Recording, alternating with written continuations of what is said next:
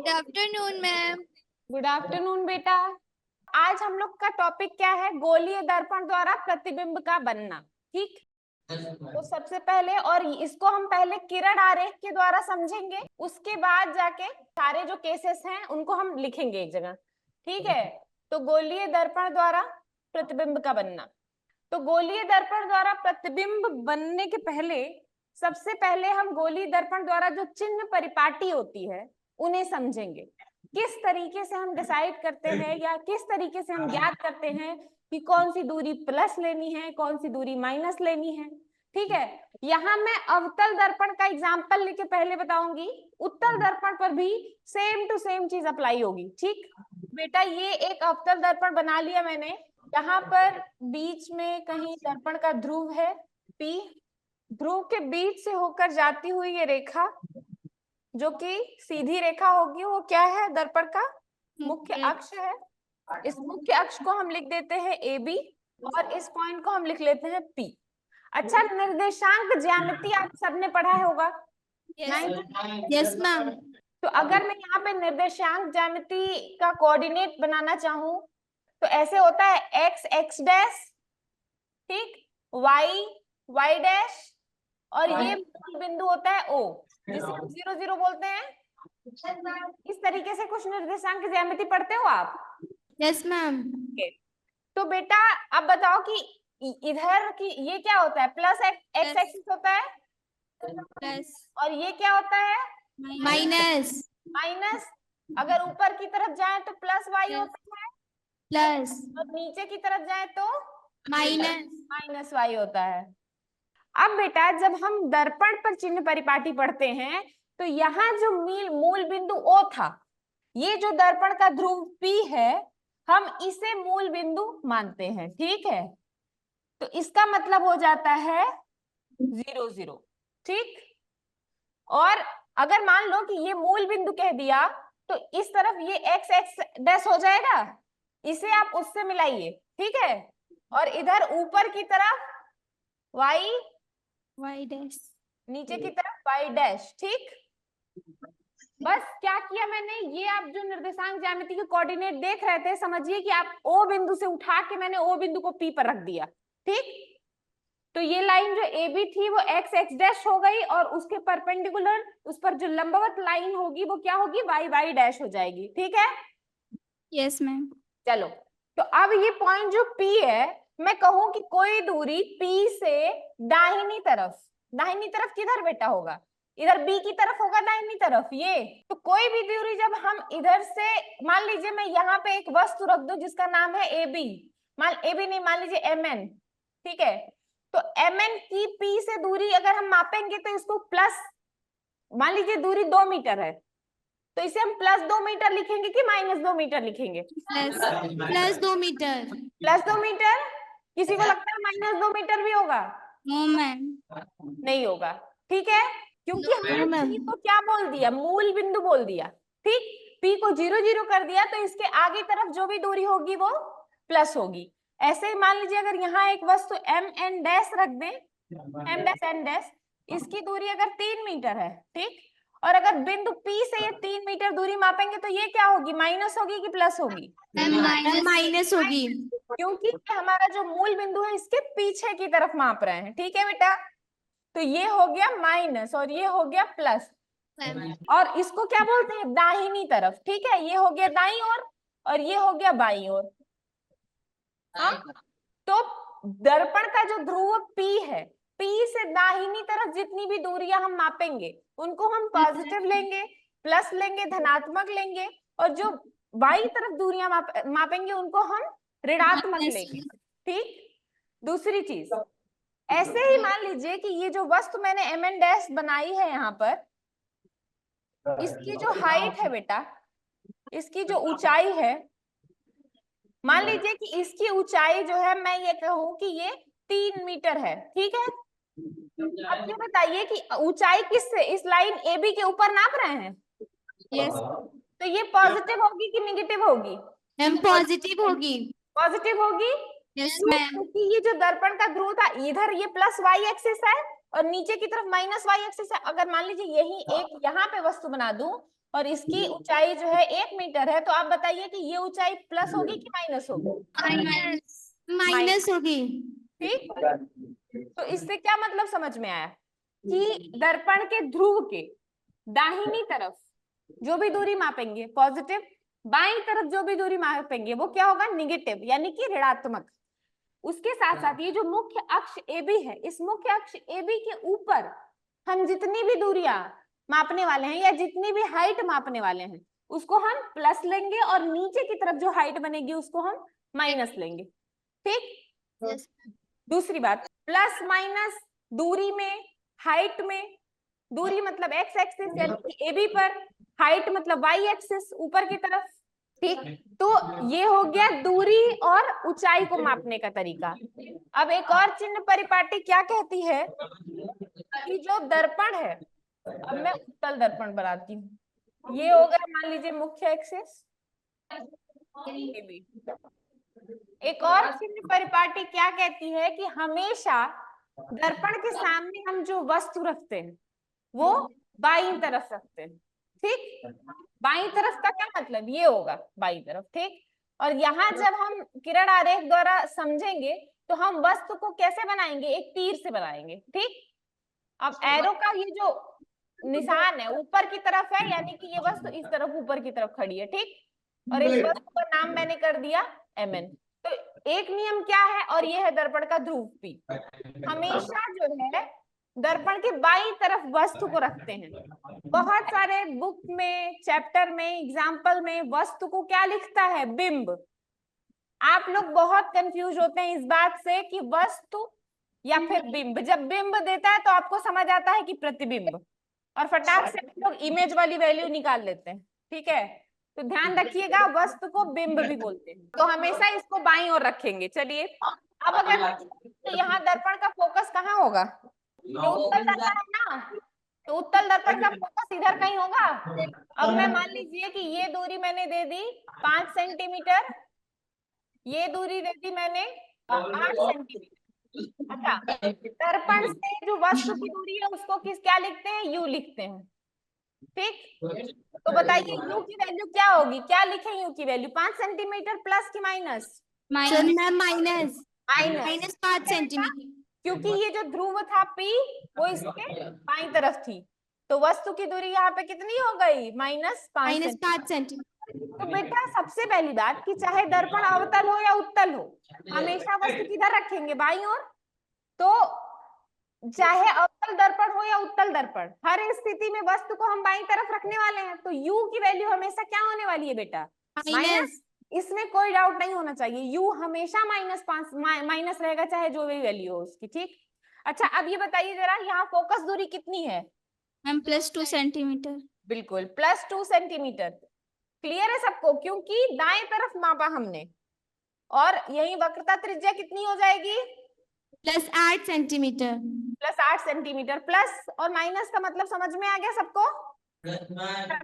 ठीक है, तो ये बातें बाई हार्ट याद कर लीजिए, आपको कभी भी नहीं भूलनी है कि वस्तु बाईं ओर रहेगा। ठीक, ध्रुव से दाईं ओर। हाँ बेटा, हाँ पूछो। इसमें वक्रता त्रिज्या 4 होगी। बिल्कुल सही, 2 गुनी होती है। वो बाय मिस्टेक मैंने यहाँ लिखा है, बिल्कुल उसका दुगना होगा तो वक्रता त्रिज्या 8 होना चाहिए। चलो, तो ये हो गया 4 +4, तो प्लस माइनस समझ में आ गया सबको? Yes ma'am. वस्तु कहाँ रखना है समझ में आ गया? ये है चिन्ह परिपाटी। Yes ma'am. चलिए, तो अब जब चिन्ह परिपाटी समझ लिए हैं तो अब हम तो अवतल दर्पण द्वारा प्रतिबिंब का बनना हम पढ़ते हैं। तो ये हमने बना दिया अवतल दर्पण। देखेंगे बेटा कि हम वस्तु कहाँ कहाँ रख सकते हैं। ये हो गया ध्रुव P। ठीक बेटा, जब वस्तु दर्पण से बहुत दूर रखी गई हो अनंत पर। तो उसे हम क्या बोल सकते हैं? वस्तु अनंत। तो क्या अनंत? अभी मैं बस ये समझा रही हूँ कहाँ कहाँ रख सकते हैं, अनंत पर। उसके बाद यहाँ होता है फोकस, और यहाँ हो गया वक्रता केंद्र। उसके बाद जब वस्तु अनंत पे है, मान लीजिए ये वस्तु बहुत दूर है, दूसरा वस्तु कहाँ रख सकते हैं? हम वस्तु को खींच के ले आए अनंत से और पास। ठीक, तो हमने क्या वस्तु को अब अनंत और वक्रता केंद्र के बीच में रख दिया। ठीक है, अनंत और वक्रता केंद्र के बीच में रखने का क्या मतलब बेटा, अब दर्पण के सामने से वस्तु दिखाई देने लगी है, ठीक। अनंत और वक्रता केंद्र के बीच में वस्तु को थोड़ा और पास लाएंगे, क्या करेंगे, वक्रता केंद्र पर रख देंगे। फिर और वस्तु को पास लाएंगे, क्या करेंगे, वक्रता केंद्र और फोकस के बीच रख देंगे। फिर क्या करेंगे, फोकस पर रख देंगे। क्या करेंगे, फोकस और ध्रुव के बीच रख देंगे, ठीक है। तो कितने केस हो गए, 1 2 3 4 5 6। अब इन 6 केसेस में किस तरीके से वस्तु से प्रकाश की किरणें निकलने वाली हैं, और उनके लिए हमने जो 3 नियम कल पढ़े थे, जो किरणें मुख्य अक्ष के समांतर चलेंगी वो क्या होंगी, फोकस से जाती हैं। फोकस से जाएंगी। जो फोकस से होकर आएंगी या आती हुई प्रतीत होंगी वो क्या होंगी, मुख्य अक्ष के समांतर। बिल्कुल मुख्य अक्ष के समांतर हो जाएंगी। और जो वक्रता केंद्र से जाएंगी या जाती हुई प्रतीत होंगी वो क्या होंगी, वक्रता केंद्र से ही जाएंगी। उसी दिशा में वापस लौट जाएंगी बेटा, जिधर से आई थी उधर ही चली जाएंगी, यस ठीक मैम। है।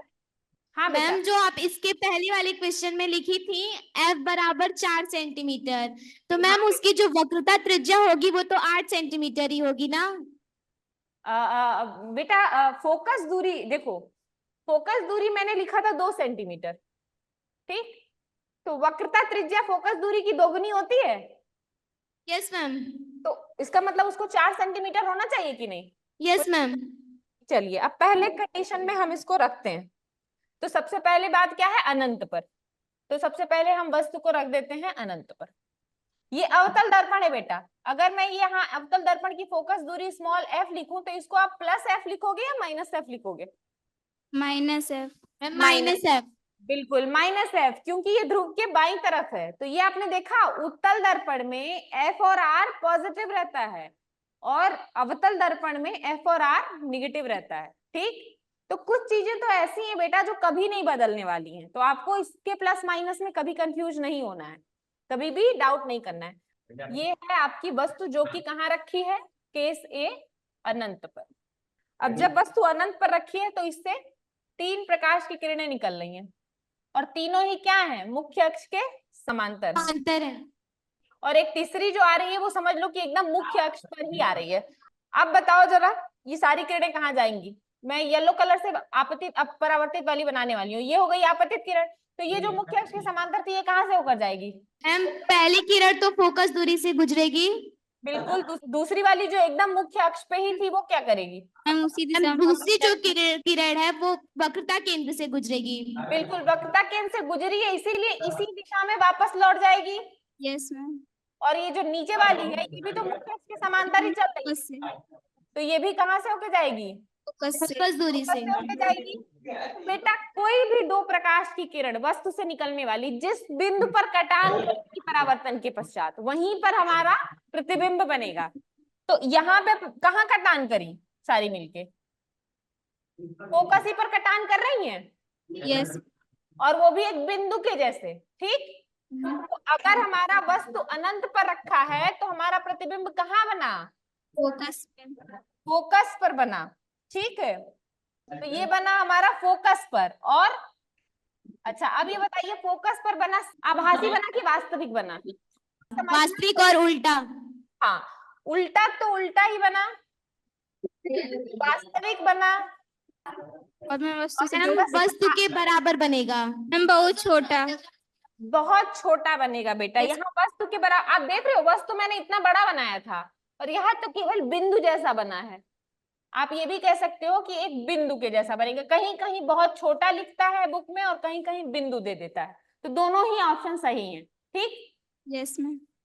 तो अच्छा ये बताइए, मैं आपने कहा वास्तविक बनेगा, कैसे समझ में आया कि वास्तविक बनेगा। ये जो कलई वाला सरफेस है ना, कलई कहिए पॉलिश कहिए कुछ भी कहिए, जो प्रतिबिंब हम इस दर्पण के पीछे सामने, बनता है तो काल्पनिक होता है और आगे बनता है तो वास्तविक। बिल्कुल ये परावर्तक पृष्ठ के सामने बना तो ये वास्तविक हुआ, परावर्तक पृष्ठ के पीछे बना यानी कि ये पॉलिश वाली सतह की तरफ बना तो वो आभासी होगा, ठीक है बेटा। Yes ma'am. चलिए नेक्स्ट कंडीशन जो है, अब हम वस्तु को दूसरी कंडीशन बी में कहाँ ले आने वाले हैं, अनंत और वक्रता केंद्र के बीच।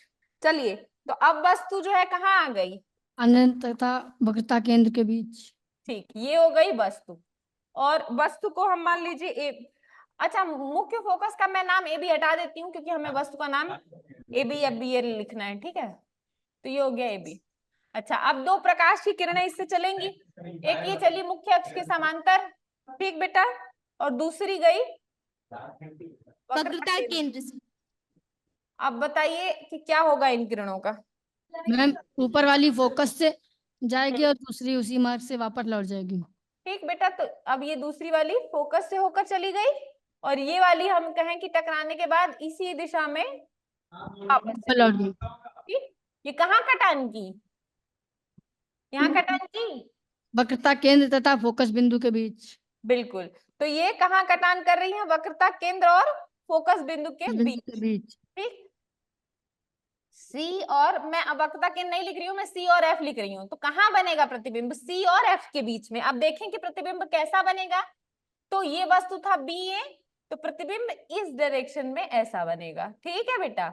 यहाँ चला गया ये बी डैश और ये हो गया ए डैश। तो प्रतिबिंब कैसा बना, सीधा बना कि उल्टा बना? मैम उल्टा बना। उल्टा बना। वास्तविक बना कि आभासी बना? मैम वास्तविक। वास्तविक बना और वस्तु से छोटा। बिल्कुल। अगर हम नियम फॉलो कर रहे हैं तो प्रतिबिंब वैसा ही बनेगा, ठीक है। अच्छा ये बताइए, वस्तु की दूरी हो गई u, ये यहाँ पे क्या है, पॉजिटिव रहेगी कि निगेटिव? मैम निगेटिव होगी। अच्छा, अब प्रतिबिंब की दूरी ये है, यहाँ से प्रतिबिंब की दूरी पॉइंट P से यहाँ की दूरी, प्रतिबिंब की दूरी क्या होगी बेटा? नेगेटिव। नेगेटिव। प्रतिबिंब की दूरी को हम -v लिखेंगे, ठीक है। ध्यान रखिए, वस्तु की दूरी u, प्रतिबिंब की दूरी v, ठीक। Yes ma'am. v हो गया केस। अब तीसरे केस में और पास ले आते हैं उसको। अब कहाँ रख देंगे? मैम वक्रता केंद्र पे। वक्रता केंद्र पर, ठीक है। चलिए, अब हमने ये वस्तु जो है बी ए बी ही थी, उसको वक्रता केंद्र पर रख दिया। अब क्या होगा, इससे दो प्रकाश की किरणें निकली, एक मुख्य अक्ष के समांतर गई और दूसरी जो है फोकस से। फोकस से होकर गई। अब बताओ क्या होगा इन दोनों किरणों का, समांतर वाली कहाँ जाएगी? फोकस से होकर जाएगी। Yes ma'am. और ये जो फोकस से होकर गई थी वो क्या होगी? मुख्य अक्ष के समांतर। मुख्य अक्ष के समांतर। तो ये कहीं यहाँ मुख्य अक्ष के समांतर हो जाएगी इस तरीके से, ठीक। तो ये कहाँ कटान बिंदु हो रहा है? मैम वक्रता केंद्र पर। बिल्कुल, हल्का सा ये डायरेक्शन अभी यहाँ पे हुआ है क्योंकि मैं फ्री हैंड बना रही हूँ ना। अगर आप माप के बनाओगे ना तो वो एकदम देखना एग्जैक्ट उसी बिंदु पे आके कटान करने वाली, यस मैम। ठीक। तो ये यहाँ वक्रता केंद्र पर कटान करेगी और ये बन गया प्रतिबिंब बी डैश ए डैश। अच्छा अब बताओ तो कहाँ बना प्रतिबिंब? सी मैम पर, वक्रता केंद्र वक्रता केंद्र पर। कैसा बना? उल्टा वास्तविक वस्तु के बराबर। ठीक है। तो सबसे पहली चीज हो गई बेटा कि प्रतिबिंब कहाँ बना, यानी कि प्रतिबिंब की क्या दूरी है। आप कह देते हैं कि प्रतिबिंब की प्रकृति क्या है। आप कंफ्यूज हो जाते हो, प्रकृति का मतलब हुआ कि वो वास्तविक बना कि उल्टा बना, ठीक है। उसके बाद साइज क्या है, बताओ साइज क्या है? बराबर। मैम वस्तु के बराबर। बिल्कुल, वस्तु के बराबर बना। तो ये हो गया हमारा सी केस। अब हम और प्रतिबिंब को पास ले आते हैं, ठीक है। तो चलिए, अब वस्तु को हम कहाँ ले आ रहे थे? मैम वक्रता केंद्र और मुख्य फोकस के बीच। वक्रता केंद्र और मुख्य फोकस के बीच, ये हो गया सी। वस्तु को हम रख दिए यहाँ। अब इससे दो प्रकाश की किरणें निकालें, एक जो कि चली मुख्य अक्ष के समांतर, एक फोकस से। यही बात है कि यहाँ एक फोकस से नहीं होती है। दूसरी जो प्रकाश की किरण चलती है वो एक्चुअली में आपको लगेगा कि जैसे कि वक्रता केंद्र से आ रही है। Yes ma'am.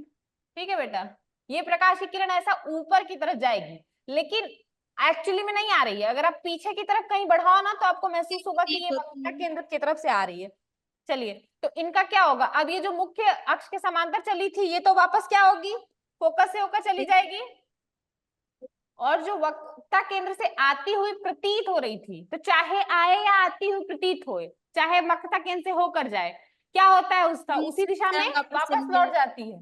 तो ये क्या होगी, इसी दिशा में वापस लौट जाएगी। तो ये यहाँ पे था वक्रता केंद्र और ये है फोकस और यहाँ पे बीच में वस्तु हमने रखा ए बी, ठीक है।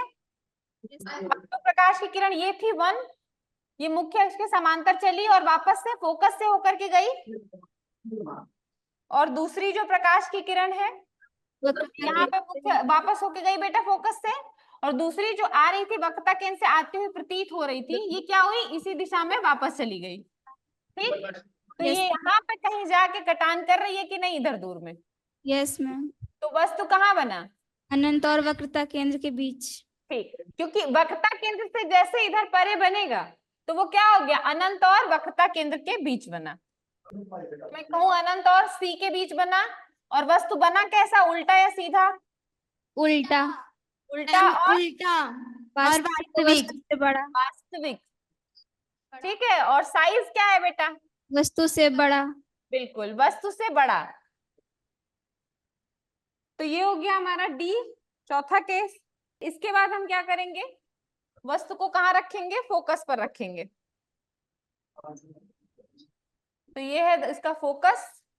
ठीक, और फोकस से लगभग दूसरी दुगनी पर सी बना दिया जाए।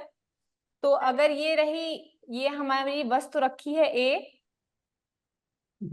सॉरी ए बी, तो यहाँ से एक प्रकाश की किरण जो चली वो क्या चली, मुख्य अक्ष के समांतर चली, और दूसरी ऐसी चली कि जो लगता है कि फोकस से होकर आ रही है। ठीक है बेटा, ये है और दूसरी ये है। तो वही नियम फॉलो करेगी, जो मुख्य अक्ष के समांतर चली वो क्या होगी, फोकस से होकर चली जाएगी।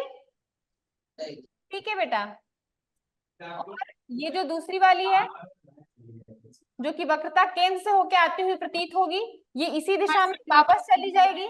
यस। ठीक है बेटा, तो एक्चुअली यहाँ थोड़ा सा रे बनाने में, चूंकि मैं फ्री हैंड बना रही हूँ तो वो हिल गया, लेकिन जब आप सीधा बनाओगे, स्केल से बनाओगे, तो ये दोनों जो रेखाएं हैं वो क्या होने वाली हैं, समांतर होने वाली हैं। ठीक है बेटा, अच्छा ये बताइए, समांतर रेखाएं कहीं मिलती हैं? No ma'am. No ma'am. ना ही कहीं मिलेंगी, ना ही कहीं काटेंगी। ठीक, वो चाहे आप कितना भी दूर तक जाते जाओ, वो रेखाएं नहीं मिलने वाली। ठीक है बेटा, तो इसे हम कहेंगे कि ये प्रतिबिंब कहाँ बना, अनंत पर बना। ठीक, यस मैम। कहाँ बना, अनंत पर बना। अब बना तो पृष्ठ के सामने ही है, तो इसका मतलब बना तो वास्तविक। ठीक, अब साइज की बात करें तो आप देख ही रहे हो कि ये कितना दूर तक जाते जा रहा है। ठीक है, मैम वस्तु से बहुत बड़ा बनेगा। बिल्कुल, वस्तु से बहुत बड़ा बनेगा। और कुछ बना बचा रह गया? तो इतना हो गया, एक केस और बच गया। अगला क्या है, जब हम उसको F से P के बीच में कर देंगे। ठीक है बेटा, यस मैम। तो वो केस भी देख लेते हैं। ठीक है बेटा, तो अभी भी यहाँ से दो प्रकाश की किरण ऐसे निकलने वाली है, एक जो कि वक्रता केंद्र से आती हुई प्रतीत हो रही है, और दूसरी जो कि मुख्य अक्ष के समांतर है। तो समांतर वाली फोकस से होके चली जाएगी, और वक्रता केंद्र वाली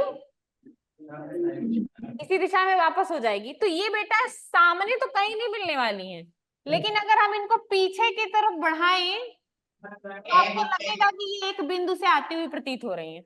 यस मैम। ठीक रहे हो, देख रहे हो, तो ये बिंदु जहां से ये आती हुई प्रतीत हो रही है, यहाँ इसका प्रतिबिंब बनेगा। ठीक, यस मैम। और ये हो गया, सीधा बना कि उल्टा बना? सीधा। सीधा बना। वस्तु से बड़ा बना कि छोटा बना? बड़ा। बड़ा। तो कहाँ बना, पहली बात कि दर्पण के ध्रुव दर्पण के पीछे। ठीक है, दर्पण के पीछे बना। आभासी। आभासी और सीधा बनेगा। आभासी, आभासी में किसी को कंफ्यूजन तो नहीं है ना, दर्पण के परावर्तक पृष्ठ के पीछे बना है, इसलिए आभासी है। और सीधा है, और वस्तु से काफी बहुत बड़ा। ठीक है बेटा, यस मैम। ये हो गए 6 कंडीशंस जो कि अवतल दर्पण के द्वारा बनाने के होते हैं, प्रतिबिंब बनाने के होते हैं। ठीक है बेटा, ठीक है बेटा, थैंक यू। Bye ma'am.